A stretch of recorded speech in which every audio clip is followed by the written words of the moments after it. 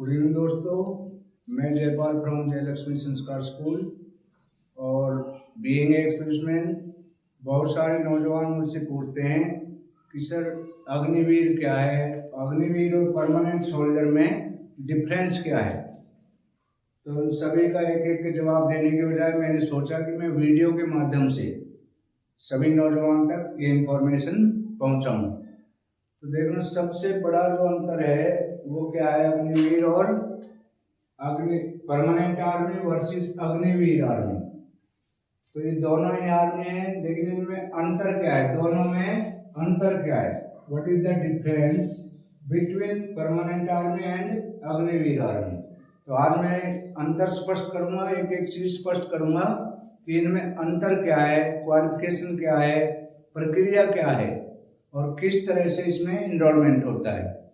तो सबसे पहले लेते हैं फर्स्ट ऑफ ऑल, वर्दी दोनों में सेम है, अग्निवीर में भी और परमानेंट सोल्जर की वो जो ड्रेस है, वर्दी है, वो सेम है, इसमें कोई भी अंतर नहीं है, कोई डिफरेंस नहीं है।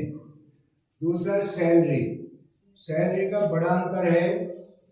जो परमानेंट सोल्जर है, परमानेंट आर्मी है, उसकी सैलरी 29,700 से 70,000 रुपये तक जाती है।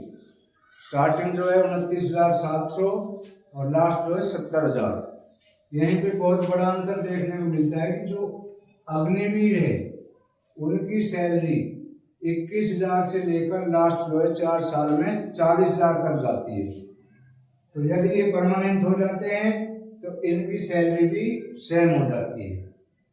दूसरा, इनका चयन कैसे होता है, तो वो मैं आपको बताता हूँ। दोनों का चयन ऑनलाइन इनकी जो है भर्ती निकलती है, एग्जाम होता है। दूसरा होता है फिजिकल, तीसरा होता है मेडिकल, चौथा डॉक्यूमेंट और पांचवा होता है फाइनल मेरिट। तो जो परमानेंट सोल्जर है उसकी जो फाइनल मेरिट है वो होती है एग्जाम के आधार पर। लेकिन अग्निवीर में क्या है, इसकी जो मेरिट है वो एग्जाम प्लस फिजिकल, इन दोनों के आधार पर इसकी मेरिट बनाई जाती है। इसमें जो है दौड़ बहुत ज़्यादा करनी पड़ती है। तो ये था इनमें दोनों में इनकी मेरिट कैसे बनती है ये। दूसरा आता है qualification, what is the qualification of permanent soldier and what is the qualification of Agniveer. तो जो परमानेंट सोल्जर है उसकी क्वालिफिकेशन जो एनए है, नर्सिंग असिस्टेंट वगैरह में जाते हैं, 12th class pass with medical 50% marks, physics chemistry और बायोलॉजी में 50% इनके मार्क्स होने चाहिए। वहीं दूसरा अग्निवीर में क्वालिफिकेशन क्या है, what is the qualification of Agniveer, इसमें 8th 10th 12th ये इनकी क्वालिफिकेशन होती है।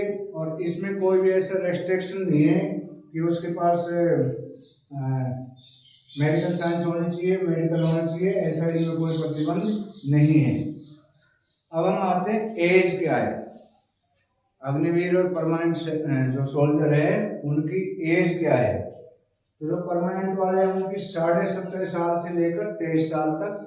23 साल में टेक्नीशियन और ट्रेडमैन, क्लर्क वगैरह इसमें चले जाएंगे। इसकी एज जो है अग्निवीर की एज क्या है, 17.5 साल से 21 साल। तो इनकी एज कम है और इसमें फिजिकल बहुत ज्यादा टफ है।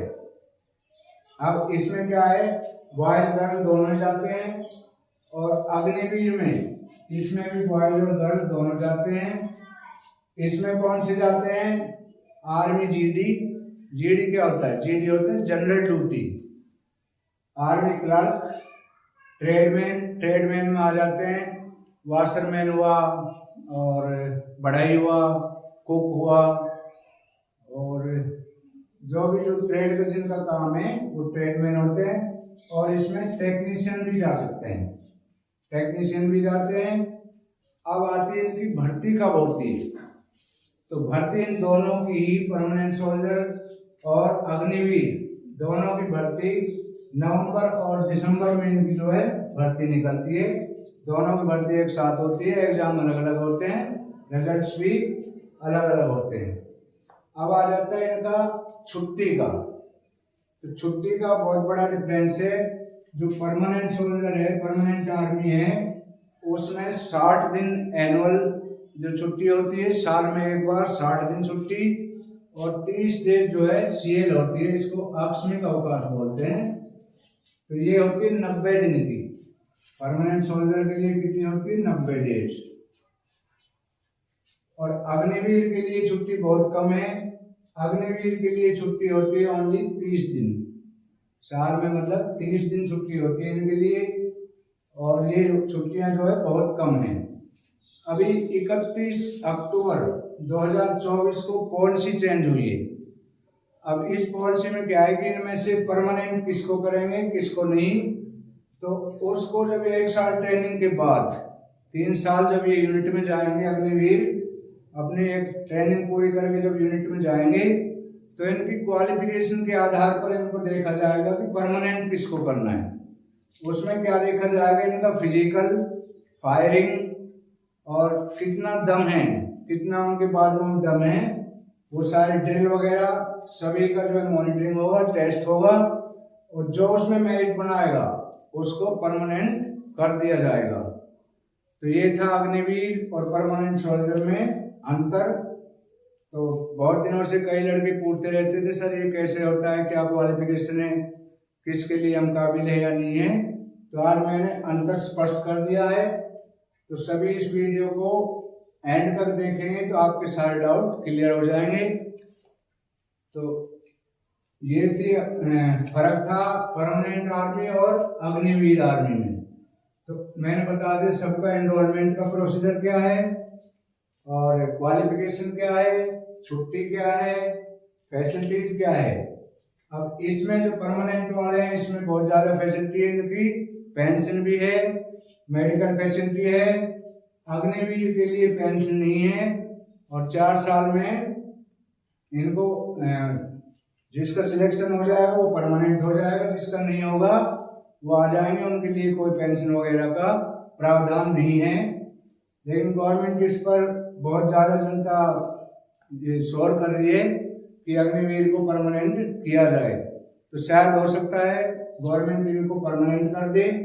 अभी तक ऐसा कोई प्रावधान नहीं है। अभी तक इनकी सर्विस सिर्फ 4 साल के लिए है। तो 4 साल की सर्विस में जब इनको परमानेंट करेंगे तो इनका सब कुछ देखा जाएगा, मॉनिटरिंग किया जाएगा, जो मेरिट में आएगा उसको ये परमानेंट कर देंगे। उस समय इनकी सैलरी 29,700 से 70,000 तक होगी, और इनकी छुट्टी भी सेम हो जाएगी 90 डेज। तो ये एक बड़ा अंतर था जो मैंने बता दिया अग्निवीर और परमानेंट सोल्जर में। तो वीडियो अच्छी लगे तो लाइक, शेयर और सब्सक्राइब करें, और वीडियो पूरी देखने के लिए धन्यवाद। अगली वीडियो फिर मैं इसी चीज़ पे बनाऊंगा। तो मैं नई जो भी अपडेट्स होती रहेगी मैं आपके लिए लाता रहूँगा। तो वीडियो को लाइक, शेयर और सब्सक्राइब करना ना भूलें। धन्यवाद।